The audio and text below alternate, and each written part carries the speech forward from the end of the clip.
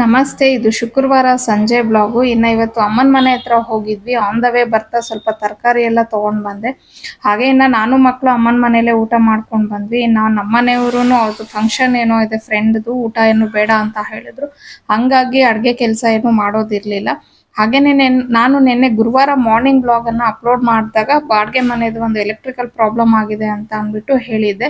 So ಅದಕ್ಕೆ ನನಗೆ ಸುಮಾರು ಕಮೆಂಟ್ಸ್ನ ಮಾಡ್ತಾ ಇದ್ದೀರಾ, ಅದು ಸ್ವಂತ ಮನೆ ಅಲ್ವಾ, ನೀವು ಬಾಡಿಗೆ ಮನೆ ಅಂದ್ಬಿಟ್ಟು ಹೇಳ್ತಾ ಇದ್ದೀರಾ, ಸ್ವಲ್ಪ ಕನ್ಫ್ಯೂಷನ್ ಆಗ್ತಿದೆ ಅಂತ ಹೇಳ್ಬಿಟ್ಟು ನಾನೇ ಬ್ಲಾಗಲ್ಲಿ ಸರಿಯಾಗಿ ಮೆನ್ಷನ್ ಮಾಡಿಲ್ಲ ಅನ್ಕೋತೀನಿ.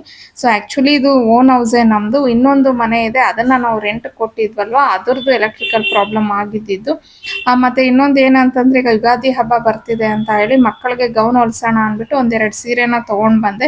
ಸೀರೆ ಅಂತೂ ತುಂಬಾ ಸಾಫ್ಟಾಗಿ ಚೆನ್ನಾಗಿದೆ. 2 ಸೀರೆಯಿಂದ 650 ರೂಪಾಯಿ ಕೊಟ್ಟಿದ್ದೀನಿ. ಇನ್ನು ಇದು ಗೌನ್ ಹೊಲ್ಸಿದ್ಮೇಲೆ ಆ ಡಿಸೈನ್ಸು ಸಹ ನಾನು ನಿಮ್ಮ ಜೊತೆ ಶೇರ್ ಮಾಡ್ಕೋತೀನಿ.